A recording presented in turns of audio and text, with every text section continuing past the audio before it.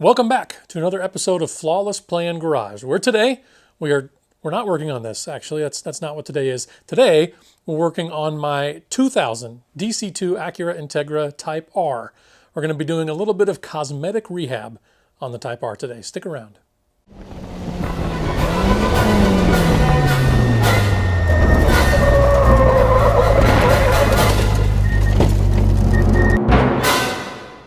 So before we get into today's video, I've got to tell you about today's sponsor. Today's video is sponsored by not knowing how to build an audience. And because when all you have is weird niche vehicles that doesn't have any overlap in the audience, I'd love to see the Venn diagram of people who are into old Buick Roadmasters and Corvairs and Integra Type Rs. I think the middle of that Venn diagram I think it's me. It's like literally just me. but hey, I'm having fun and I'm entertaining myself. So it's got to be worth something, right? Today we're doing some cosmetic refurbishing upgrades on the Type R. Last time we did some mechanical stuff, some deferred maintenance that it needed. And this time we're going to try to up the cosmetic game a little bit. Overall, we're just trying to get this thing to nice driver status, not making a museum piece. Don't want to feel guilty about driving it every once in a while, but just something that shines up well and looks decent. Okay, power antenna is broken. Common problem on anything this old. Got a stainless replacement, which should be simple, except of course it looks like it's one of those situations where to get that plastic cover off, you have to first take that plastic cover off, which you have to first take that special Type R reinforcement bar off, blah, blah, blah. So I think I have a lot of plastic to remove. Hopefully it should go simply.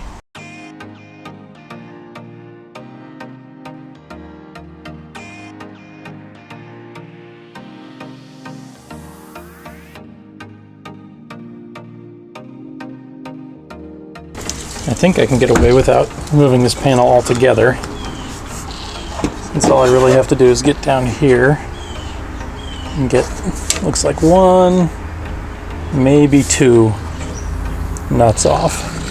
And then of course the outside nut.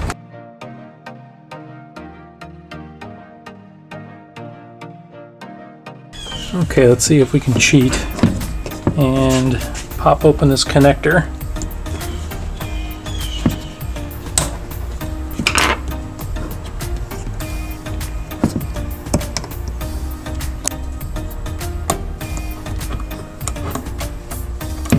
Cheating accomplished. Now hopefully we can just power this thing directly. Okay, let's give this a shot. See if we can get this thing to pull the new mast in. I'm low on hands. Okay, so it looks like getting white-yellow to positive and not positive on the yellow-white is the trick for down. Go.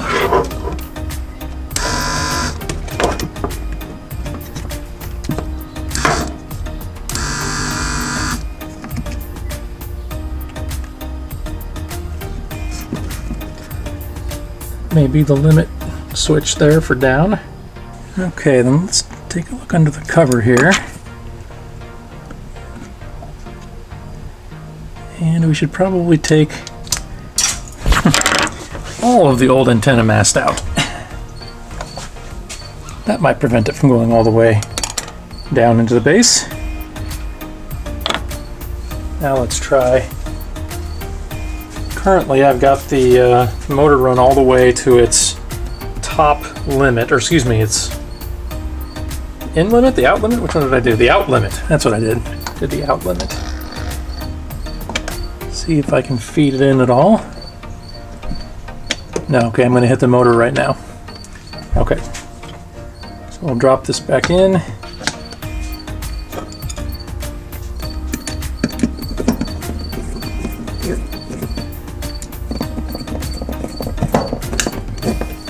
Okay, this should be down, the white wire to positive. Yep, it is. You know, a lesser YouTube channel might have shot this in a way where you could actually see the antenna going in and out and not blocked it with his hands. But that's not how we roll here at Flawless Play & Garage. We like to leave a little something to the imagination. Does seem to hit the limit switch before the mast is all the way down. Should probably look up how to actually do this properly. Yeah, no, that's not going to happen. Instead, I'll fiddle with it, try to take the motor out, see if I can slide the antenna mast past the gear a little farther, and then, after fiddling with it for quite a while, I'll find the real secret, which is... Okay, apparently the trick was just to do it a couple more times. We are looking good. And there we have it. No antenna. Everything buttoned up nicely again inside.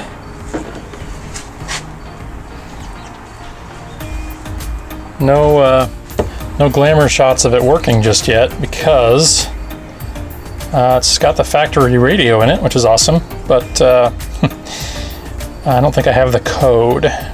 Okay, so got the lip off the Type R, and we can really see how bad the condition really is. You can see it's been painted over, pretty significant previous rock chips. We've got a little crack here. We've got a pretty significant crack with a low quality previous repair here. Painting over things that were not sanded down sufficiently before. And then over here, we've got the paint falling off, exposing some primer. I don't think we really have any stress cracking, so that's something.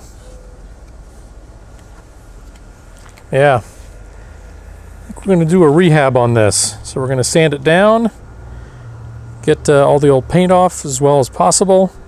We're going to do some more legit urethane repair on it, and we'll get some fresh paint shot on it. Should look a lot better. Well, that actually went fairly quickly. So my extremely old but trusty little 6-inch DA sander, not even sure if it's 6 inches, but whatever size this is, a little air-powered DA sander, and some lightly used 80 grit sandpaper. It's a pretty aggressive strip for a bumper like this, but I know it's going to get a significant amount of work before the paint goes on, so I didn't mind trying to move a little faster with that higher grit. If you couldn't see it before, now you can see hopefully pretty well. Significant crack here. I mentioned poorly repaired before. They just kind of globbed some kind of urethane glue back here, and over here again some kind of glob of glue that they had shoved into that crack, and then some Bondo to try to cover it. See a little Bondo in there too, but overall very fixable. We'll get this thing cleaned up and welded back together, smoothed out real well. Shouldn't be too difficult.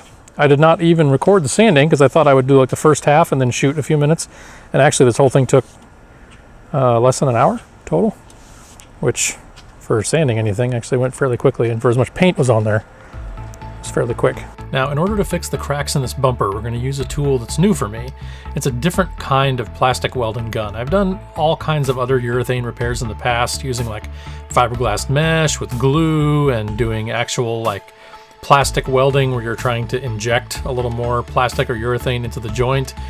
But all of them really struggle to have the strength that you want. And so I was excited to give this tool a try, which actually melts some wire into the crack or into the joint for you to help give it some strength.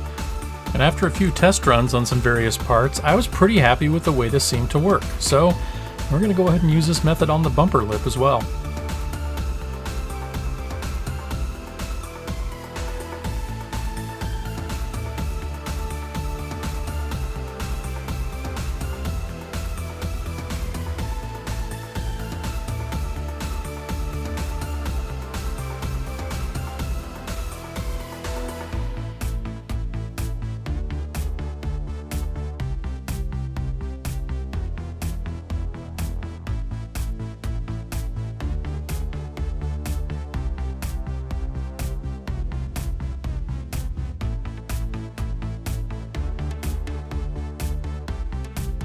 And once we have the joints and cracks stabilized with the wire, now it's time to finish those with some special urethane epoxy that is designed to not only be able to sand smooth and give a really nice finish, but also maintain the flexibility that you need in a urethane lip or bumper like this. Then it's pretty much the same steps like it would be with anything else you're trying to get a good finish on. Sand and fill and sand and fill and prime and sand and prime and sand.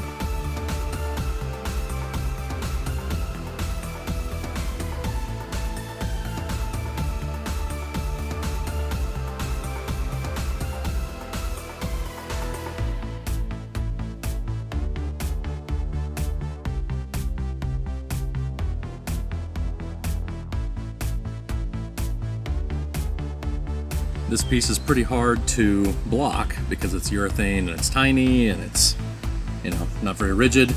So I'm mostly doing this by hand, knowing that there's a downside to sanding a piece by hand, and that's that your fingers will tend to create, low and high spots on their own because your fingers are not terribly flat and the pressure is not perfectly flat. So not the best idea, but workable in this case, and I've got enough experience with sanding. I know kind of how to feather that and reduce how much that's going to impact the final result.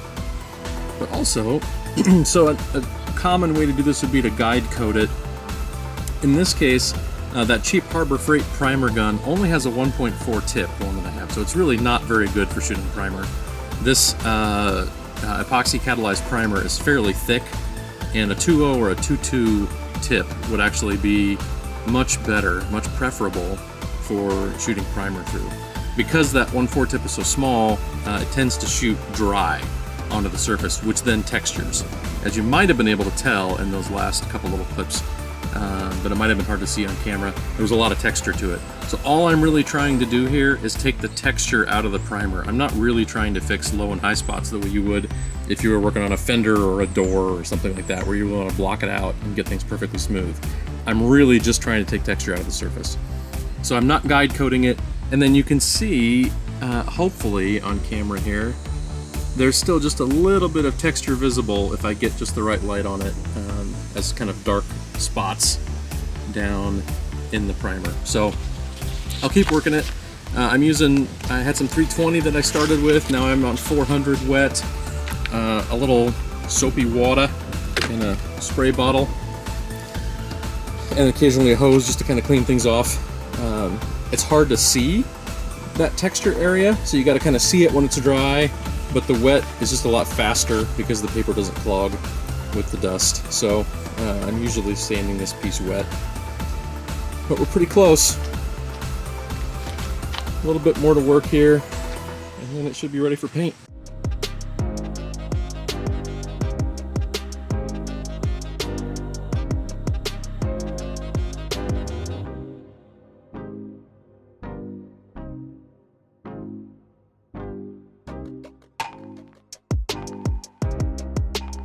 And once everything is prepped, I've got a local paint shop that's willing to slap paint on top of my amateur quality preparation work, but does a nice job, reasonable price, and I'm really happy with the way this came out overall.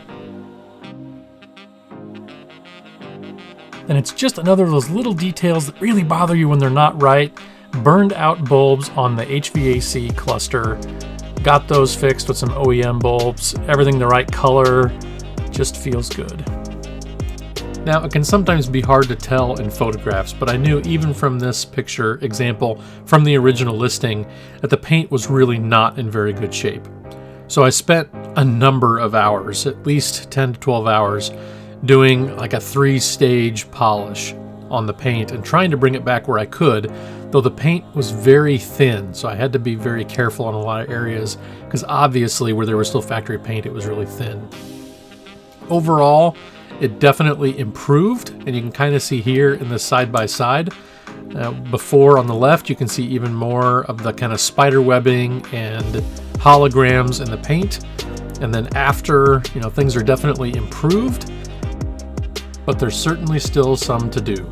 Another detail I really just had to correct, the car had really dark tint on it, and it was starting to peel and fail in places, and really just didn't like it. So another bunch more hours spent off camera slowly and laboriously removing all of the tint. The secret for this, for me, was a heat gun. That really helped get the removal process moving faster. Not fast, mind you, faster. Other things I did off camera included a new thermostat, a new power hatch release, which somewhat interestingly, since you can't get those anymore, involved swapping the guts over from an Odyssey door switch, and a new set of tires, which you'll get to hear about later in a future video because that was a huge mistake. I also managed to get, after only a 5-month wait, a new OEM Acura rear view mirror to replace the one that was delaminating, and some OE amber turn signals to replace the aftermarket clear ones. That's it for this time. Overall, definitely some work left to do, but I'm pretty happy with where we're at right now as far as just the overall cosmetic upgrade. It's always tough to tell this stuff on video, but in person it looks radically different, much better than when I first got it, especially getting some of those details right that just make the whole thing feel better and more satisfying to drive.